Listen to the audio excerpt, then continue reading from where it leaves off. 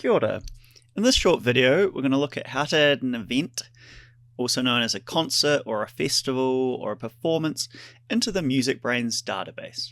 So I've already logged in and I'm on the MusicBrainz homepage here, and now I'm going to go to this tab at the top and click on editing. I'm going to click on add event. Now this is after I've already searched to see if the event already exists in the database, and I've confirmed that it isn't.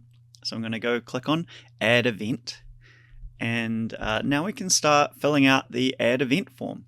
So I've got a pretty simple example that I'm going to use here, and that's this Nile Aotearoa event. And now into the name field, I'm just going to use the name of the event that the promoters have used. However, if there is no obvious name, there are some guidelines for event names. So we're going to click on documentation at the top there. And this page tells you about all the technical aspects of an event. But what we really want to do is click on guidelines for events up here, or you can just Google search for MusicBrainz event guidelines. And you're going to get to this page. And right here you're going to see we've got all the guidelines for title. So it already says here if the event has an official name, use it, which is what we've done. But it also has guidelines for if the event title isn't given. So I filled in the title here, and now the next field is the disambiguation. In this case, there's no need for a disambiguation because there's no other event with the same name. So if there was another show by Nile called Nile Aotearoa, and particularly on the same date, for instance, they had a day show and then a night show, that might be something you put into the disambiguation to tell two identical events apart. Now, the next thing we've got down here is type. We've got all these different types of event. Again, check the guidelines if you want more information about these. But in this case, we're just going to select concert, which is probably what you're going to be adding, or festival. And then the next box here is Setlist. Now, there's some instructions down here on how to format Setlist, but I'd say that generally speaking, this feature is not used that much. And unless the show's already been and you have the Setlist, you probably won't be filling that out. Now, the next field to fill in, this is an important one, is the date.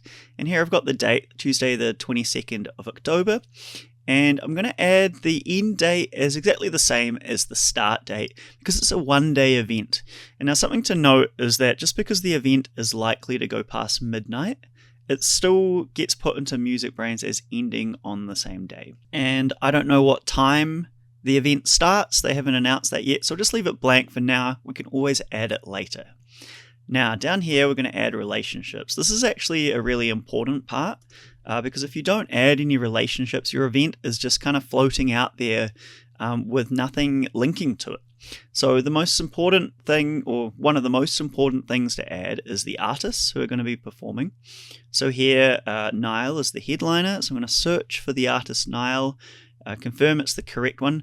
If your artist doesn't exist yet, you might have to add the artist to the database, and there's a separate tutorial for that. But in this case, the artist exists, so we can select that, and then we would need to pick a relationship type, which tells us what links these two together. And in this case, they are the main performer at this event. There's a lot of different relationships, so again, you'll want to look at the documentation, but most likely you're going to be using support act, main act, or maybe conductor or something like that. And we're going to add another relationship here, which is almost always valid, which is the place, the venue that it's going to take place at. And again, if it doesn't exist, you might need to add it. But in this case, whammy bar here already exists in the database. Now, down here, we're going to have the external links section. And I'm just going to copy out the website for the ticketing site here.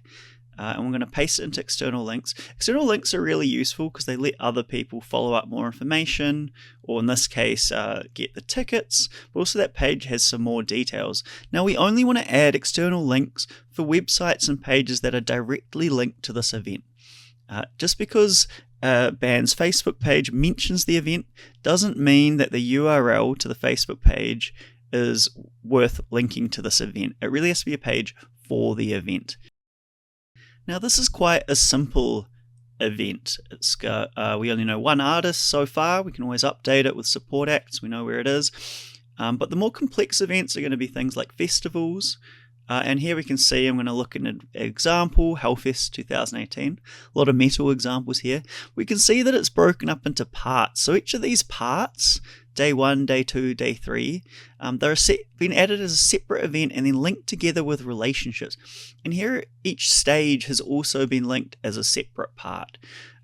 Once you've done 1 or 2, it's not actually that complicated, but as you can see, this really allows us to add a lot of detail, a lot of times, where it is, and also lets people track what stages they were at and what bands they've seen. Now, I'm not going to go too deep into these complex examples, but check the guidelines or check the community pages for help. And once you've added 1 or 2, you'll be adding them with no trouble whatsoever.